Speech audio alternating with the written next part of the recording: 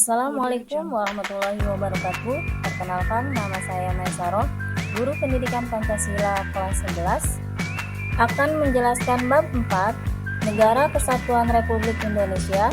Tujuan pembelajaran, peserta didik diharapkan mampu 1. Mengidentifikasi ancaman, tantangan, hambatan, dan gangguan yang dihadapi oleh Indonesia. 2. Menganalisis ancaman, tantangan, hambatan, dan gangguan terhadap integrasi nasional Indonesia. 3. Memberi solusi terhadap ancaman, tantangan, hambatan, dan gangguan terhadap integrasi nasional Indonesia.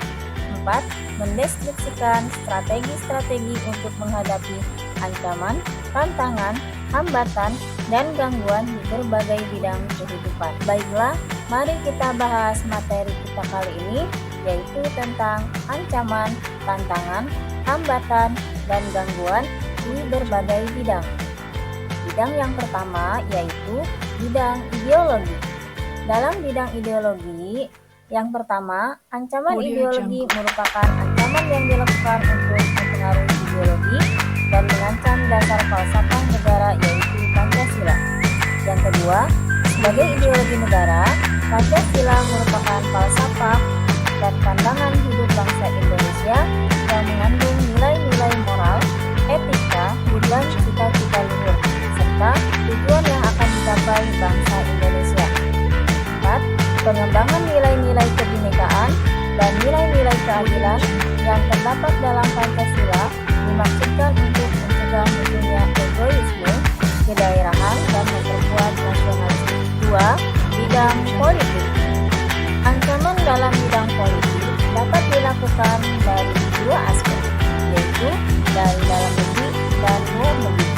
Ancaman yang berasal dari dalam negeri dapat dilakukan oleh sekelompok orang yang menggunakan kekuasaan dan kekuatan dengan melakukan mobilisasi massa. Sementara itu, ancaman politik dari luar negeri dapat dilakukan oleh suatu negara dengan mengintimidasi, melakukan tekanan politik, provokasi, atau blokade politik. 3. Bidang ekonomi. Ancaman dalam bidang ekonomi dapat dikelompokkan menjadi dua, yaitu internal dan eksternal. Ancaman internal dapat berupa tingkat inflasi yang cenderung masih tinggi, pengangguran yang cenderung meningkat, infrastruktur yang belum merata di seluruh daerah, dan penetapan sistem serta kebijakan ekonomi yang belum jelas. Ancaman eksternal berbentuk ketergantungan yang tinggi terhadap asing, daya saing yang rendah, dan kinerja ekonomi yang masih buruk. 4. Bidang sosial budaya. Ancaman dalam bidang sosial budaya dapat dibedakan menjadi dua, yaitu ancaman dari dalam dan dari luar.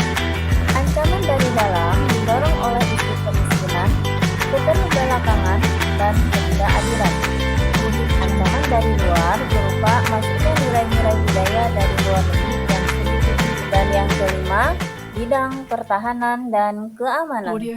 Ancaman terhadap pertahanan meliputi perang tak terbatas, perang terbatas, konflik perbatasan, dan pelanggaran wilayah